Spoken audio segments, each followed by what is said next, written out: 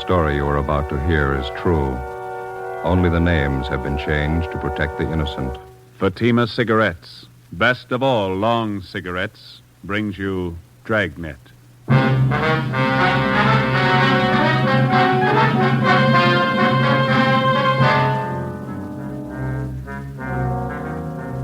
You're a detective sergeant. You're assigned to robbery detail. A small bakery shop in your city is held up. A man and his daughter are shot down without reason. Your job, get him.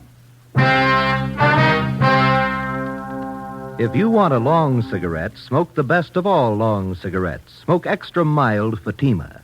Yes, Fatima is the king-size cigarette which contains the finest Turkish and domestic tobaccos superbly blended to make it extra mild, to give Fatima a much different, much better flavor and aroma than any other long cigarette.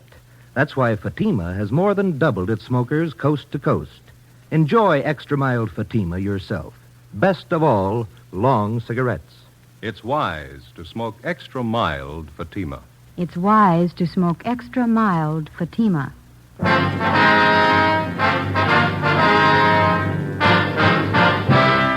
Dragnet, the documented drama of an actual crime. For the next 30 minutes, in cooperation with the Los Angeles Police Department, you will travel step by step on the side of the law through an actual case from official police files. From beginning to end, from crime to punishment, Dragnet is the story of your police force in action. It was Tuesday, November 3rd. It was chilly in Los Angeles. We were working the night watch out of robbery detail. My partner's Ben Romero. The boss is Captain Ed Walker. My name's Friday. It was 5 minutes to midnight when we got to 318 Silver Avenue, Stendel's bakery shop. Yeah? Romero and Friday sent for robbery. Hi, I'm Jacobs, Unit 16R.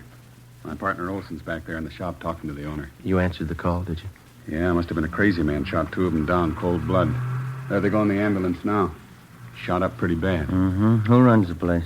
Swedish family named Stendal. Father, mother, two daughters. All four of them work in the bakery here. Mm-hmm. They all here at the time of the robbery? Yeah, the hold-up man shot the father and the oldest daughter.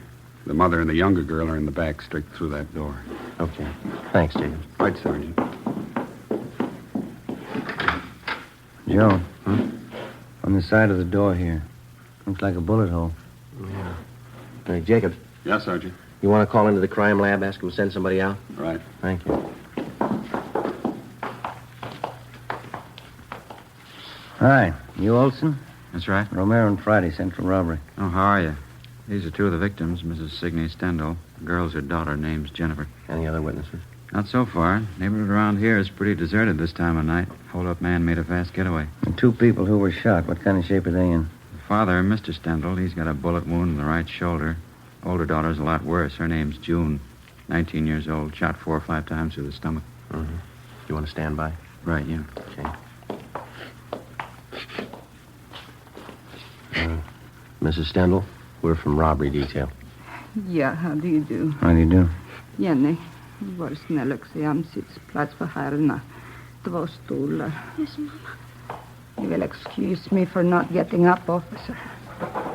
I don't feel so well. That's perfectly all right, ma'am. Chair for you, officer. Well, thank you. I'll get it. Thank you very much. You and your daughter here were in the front of the bakery shop at the time of the robbery. Is that right, Miss Stendal? No. Jenny was back here with her father. That's Lars, my husband. Uni and I were in the shop in front. Oh, who were you with, ma'am? Uni and I. Joe? Mama means June, my older sister. She calls her Junie. Yeah, Yun. Oh, well. You mind telling us what happened? Well, Yun and I was scrubbing the floor of the shop. Every Tuesday night we scrubbed the floor of the shop. Then this man came in and pointed a gun. He wanted our money. About what time did he come in? 11:15, 11:20. I don't remember for certain. He wanted our money and I gave it to him. How much was that, ma'am? Jenny, du vet. Hur mycket pengar var det förresten? $24. Yeah, $24. Just the paper money. He took it and put it in his pocket. Yun, my daughter, she started to cry. The man hit her. She cried some more. Then Lars and Jenny came running from the back. Yes, ma'am. The man pointed the gun. He made Lars and me and Jenny stand against that wall. But not June. He took hold of her. Jenny, hur ser du dig? Den vägen din mannen. Han var där. June. It was getting fresh with her, Mama. The man tried to get fresh with June officers. June hit him. He tried to drag her out the door with... Yeah, June hit him. Hit him good. Then he went like that, threw her against the counter and pushed June down. Crazy man. Crazy look. He kicked her. Mm-hmm. Then Lars, my husband, he ran at the man. He heard the gun loud, and Lars fell down. And I screamed. Yeah, Jenny screamed. I turned and I saw the man standing over June. He pointed the gun down at her. Yes, ma'am. Crazy look on him. He kept shooting her 4, maybe 5 times. Jenny screamed. She kept screaming. The men ran out the door. It's all right now, Miss Kendall. Had either one of you ever seen this man before? No. Oh, neither did I. Would you know him if you saw him again? Yeah, I think so. I would, officer. I got a good look at him. He was wearing a blue cap like a baseball player wears. Mm-hmm. How'd he get away? Was he on foot or did he have a car? Nobody followed him, but after he left, I heard a car start up down the block, and then it drove away. Do you have anything else to add, Mrs. Stendhal? I hope you catch the man. He's bad. Please catch him. Yes, ma'am. We're going to try. Jenny, var snäll att ge mig Nichols ifrån kassan. Yes, Mom.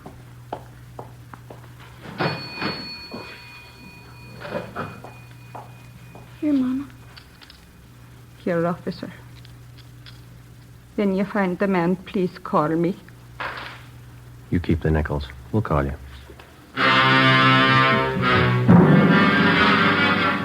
Before we left the scene of the robbery and shooting, Mrs. Stendhal and her daughter gave us their description of the hold-up man, together with the clothing he wore.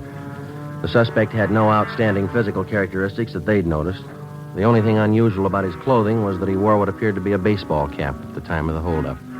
She described the cap as light blue with a visor. Together with Officers Bechtel and Lopez from Central Robbery, we canvassed the immediate neighborhood for other possible witnesses. We found none. The next morning, we went out to the hospital. The condition of the older daughter, June, was critical. We interviewed the father. He could tell us nothing. At 10 a.m., Mrs. Stendhal and her younger girl, Jenny, were brought to the office, and we started them looking through mug books of parolees previously convicted of armed robbery. Within 2 hours, both of them positively identified the picture of a recent San Quentin release as that of the hold-up man. His name was Harold Best. We started a quick rundown. You pulled the package on him? Yeah, here's the dope. Harold Best. Alias Harold Norris, alias Harold Thompson, alias Tom Norris.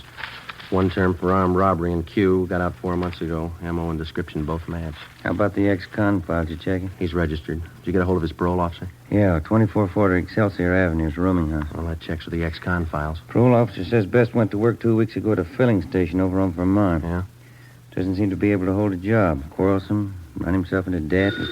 I got it. Robbery, Romero. Yeah, Ray. That's all, huh? Yeah. Right, bye. Ray Pinker at the crime lab. They checked the slugs taken from the 2 victims. Yeah? They came from a .32 caliber revolver. Probably a Colt. Mm-hmm. Anything else? That's it. Not too bad a start. We've had worse. Yeah. Maybe we can make that phone call pretty quick. 2 p.m. Wednesday. Ben and I drove out to his rooming house at 2440 Excelsior Avenue, and we found that Herbert Best was still living there. We had the landlady show us his room. Besides the usual personal belongings, we came across nothing of consequence. After questioning the landlady, we drove to the service station on Vermont Avenue, where Best was supposed to be employed.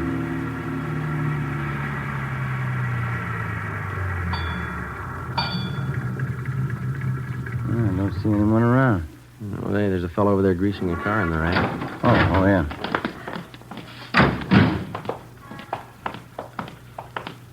That looks like Best. Mm-hmm. Hey, fella. You. Yeah? Can you tell us if there's a Herbert Best working here? Sure, I'm him. Why? Police officers would like to talk to you. Yeah? What's the matter? Routine investigation. Got a few questions for you. Supposed to have this car greased up by 3:45. What am I supposed to do, please? You or boss? I'll find him, Joe.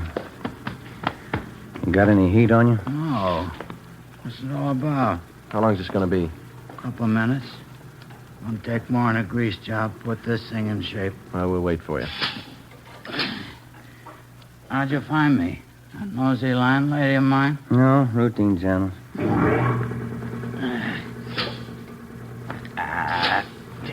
Every fettin' on this trap is froze. Piece of junk. Well, what's it all about? Got a few things to straighten out, Best. How long you been working here? Well, you didn't drive out here for that. That's not your game. What's the pitch? Routine investigation. We'd like to know where you've been spending your nights. For instance? Sunday night? Where were you? Well, I don't know. I went to a show. Yeah, I saw a Mickey Rooney picture. Where? Downtown. I had a beer after the show. Come home. How about Monday night? I went home after work. I was pooped. Went to bed early. Can you prove it? Landlady saw me come in, always snooping around. She ought to know if I was there or not. How about last night, Tuesday? Played some cards with a friend of mine, him and his wife, Penny Annie Booker. Where? Their place, it's down on Pico, near the park. You can ask them. What time did you get there? Well, I'm not sure. About 8 o'clock, I guess. What time did you leave? What's it all about? What time did you leave? Around midnight, yeah. Must have been around midnight. What'd you play with your friend and his wife? Poker. I lost as usual. Took a streetcar home, went to bed. Sure you didn't leave earlier? Of course I'm sure. It was around midnight, I remember. How do you remember? I looked at my watch. Good enough for you? What time did you get home? Well, it takes about a half hour on a trolley. Must have been about 12:30. Did your landlady see you come in? I don't know if she saw me or not. Always snooping around. Probably did. You're not sure? No, of course I'm not sure. She looks for me. I don't look for her. You own a gun, Best? You know better than that, copper. Ex-cons can't have a gun. Your friend and his wife. Now, they're going to back you up if you were playing cards with them till midnight? Why not? I was. Say, there's a boss looking for me. I better let him know I'm here. Just a minute, Best. Yeah? What's that you got in your back pocket there? Huh? In your back pocket, the right one there. Oh, this? Yeah. Baseball cap. Why? 4 p.m. Ben and I checked the suspect's locker at the service station and then drove him back to the office to the interrogation room. We continued questioning him. He denied any knowledge of the holdup and shooting at Stendhal's bakery shop the night before. We asked him again about the friends he was supposed to be playing cards with at the time of the robbery. He told us that they lived over on Pico, but he couldn't remember the address. He volunteered to direct us there, but he said they wouldn't be home. He told us their names were Mr. and Mrs. Clyde Mitchell, and that they were in charge of the food concessions at one of the football stadiums in town. Best was held for suspicion of robbery. That night, we drove out and interviewed the landlady at his boarding house. She knew nothing of Best's whereabouts the previous night. She didn't know what time he left or what time he returned. Ben and I went over his room again. There was no sign of a gun. Friday, 2 p.m. Officers Bechtel and Lopez went out to the hospital to see if Mr. Stendhal and his daughter June could identify Best's mugshot. Ben and I drove out to the stadium to locate Mr. and Mrs. Clyde Mitchell. There was a high school football game going on. High school kids sure have a lot of fun nowadays. Best years of your life, Joe. You sound like you're 85. Some nights I feel like it. The way those kids turn out for these things, you'd think USC and Notre Dame were playing. You see the number on that gate over there? Yeah, it's 23. That the number the gatekeeper gave us? Yeah. Must be the Mitchell stand over there. Come on.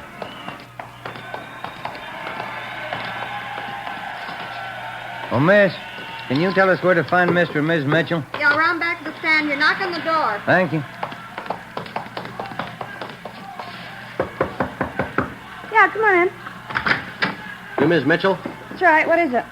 Police officers. Like to talk to you if you have a few minutes. All right. I'm having a bite of lunch, but come on in. Shut the door. Yes, ma'am.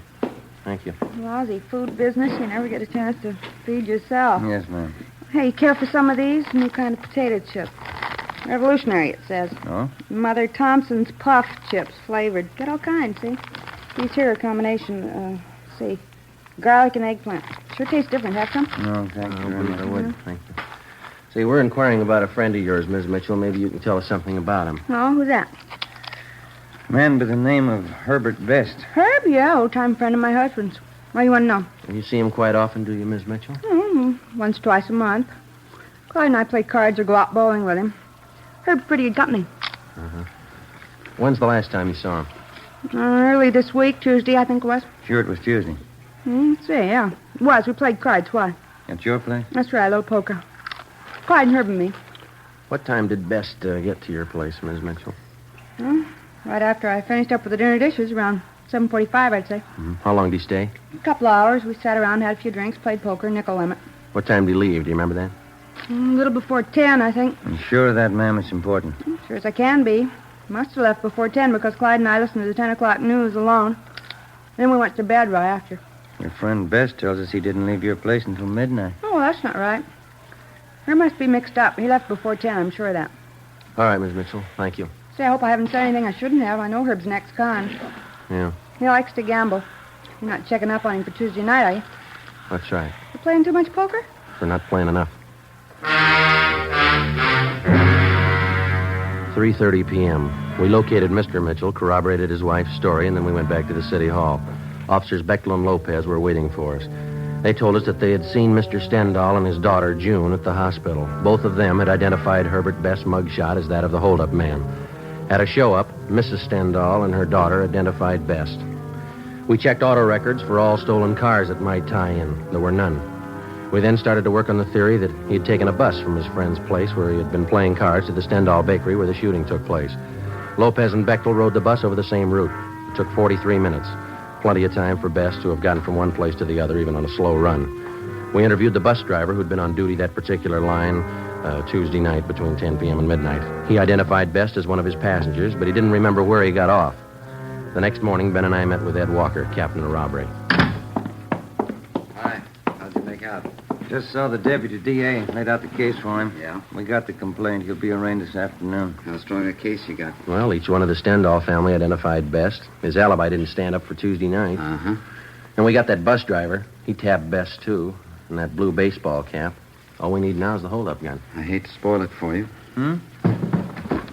This letter just came through in the mail. Have a look. Thanks. What do you think? I read in the paper this morning about Herbert Best. You've got the wrong guy. I'm the one who held up that bakery. Every detail about that robbery's written down in that letter. The information wasn't in the newspaper story. Nobody else but the hold-up man would know all those details. Yeah, wait a minute. Listen to this. Yeah? If you don't believe I'm the right man, I'll shoot up a couple of more jerks. Next time, I'll kill them. It's no crank letter. No, it isn't. You got the wrong man.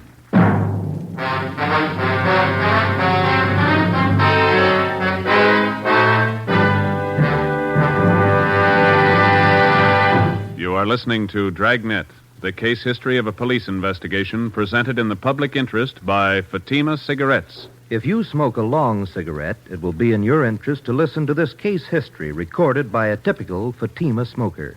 Hi there. My name is Bab Beckwith. Bab, that's short for Bethany Ann Beckwith. I live in New York City, and I'm a fashion stylist.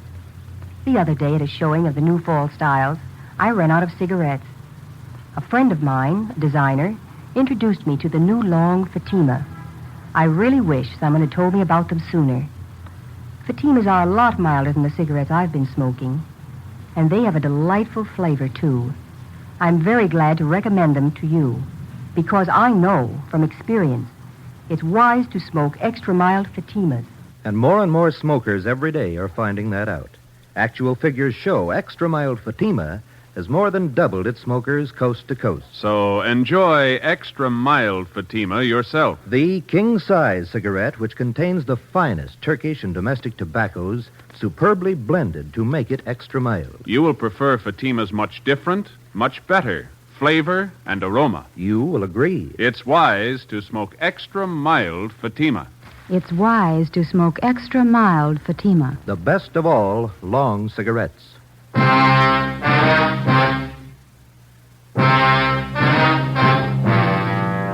After we received the anonymous letter in the mail confessing to the Stendhal Bakery holdup, we met with the deputy district attorney. We acquainted him with the new facts in the case. That afternoon, the charges against Herbert Best were dropped. We started again at the beginning. 10 a.m. Monday, November 9th. The members of the Stendhal family were again shown mug books of ex-cons with robbery records.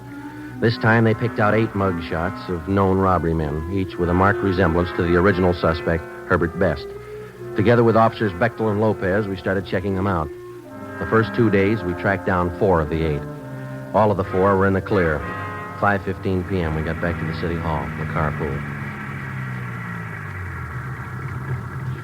See any empty spots, Joe? No, but don't park it in any one of the city councilman's stalls. Yeah, I might get sore. Well, why don't you pull up here? Boyd will take care of it. Yeah, okay. That's good right here.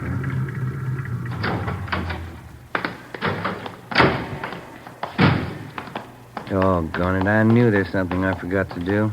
What's that? Oh, they had an underwear sale today. That place down on South Fig, shorts, T-shirts. Wife told me to be sure and get down there. Oh, there'll be another one.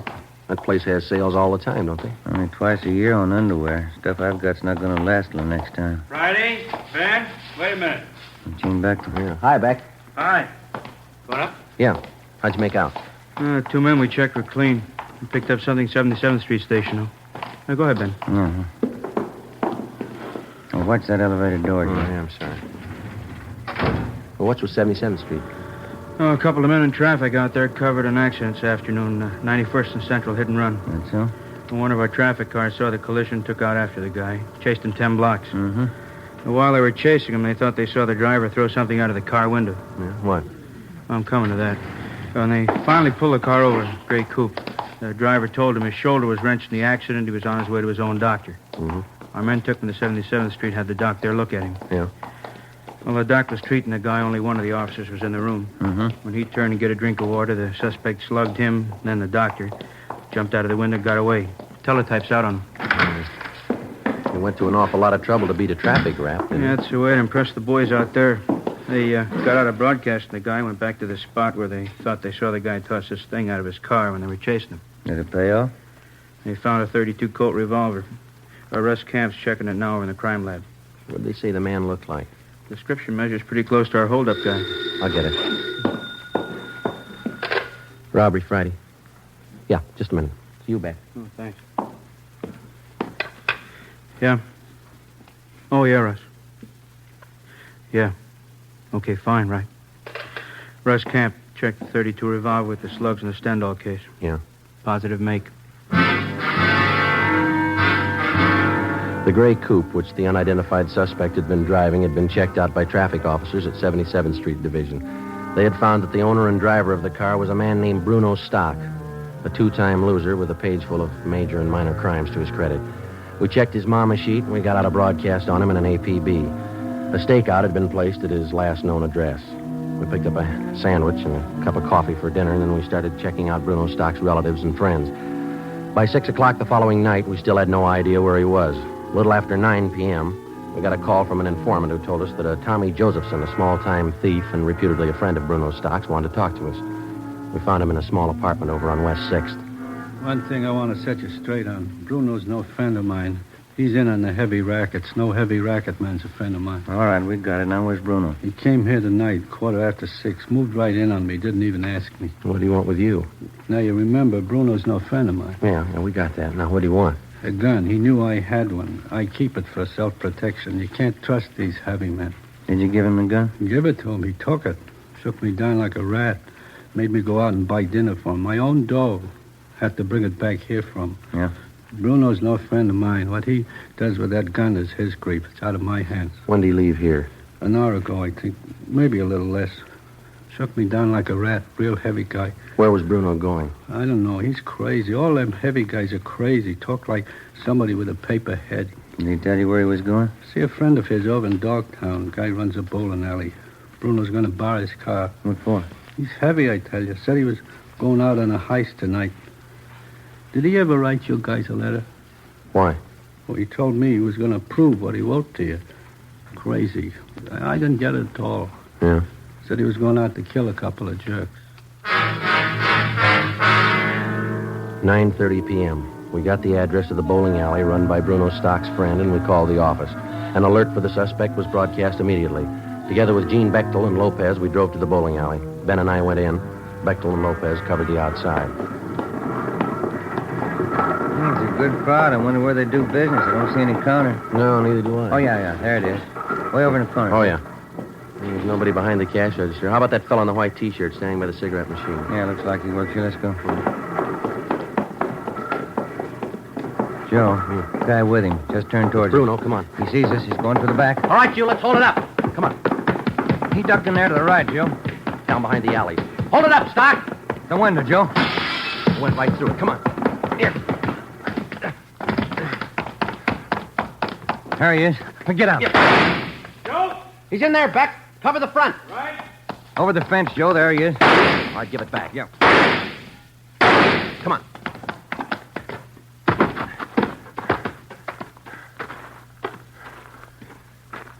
You see? No. Got to be in the yard someplace. Yeah.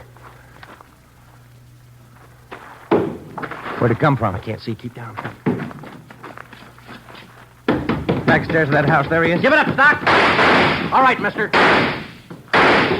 You tag him. Come on.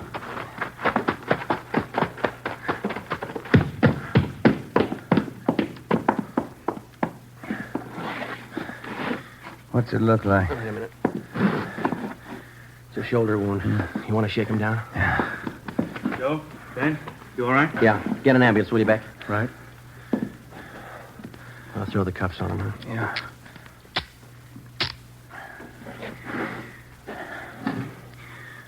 Well, that's it, Joe. Yeah. Where you going? I got a phone call to make.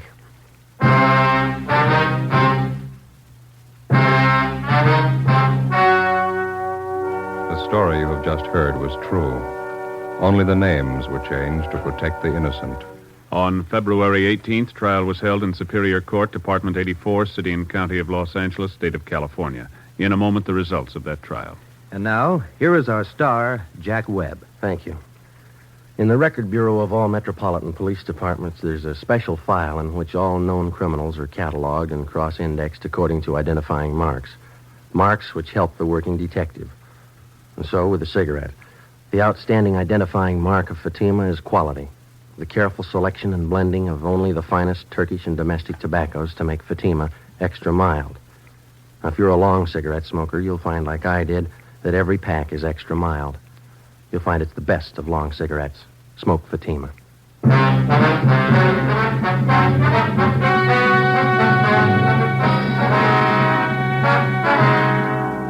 Bruno Alfred Stock was tried and convicted of first-degree robbery and assault with intent to commit murder, 2 counts.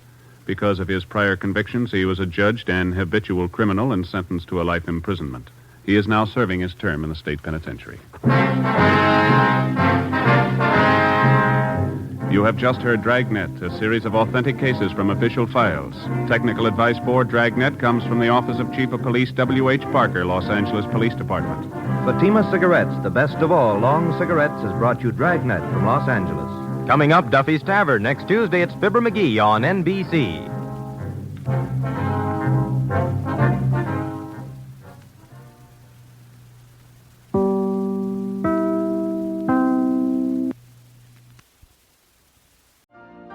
You've been listening to the OTR Gold Network.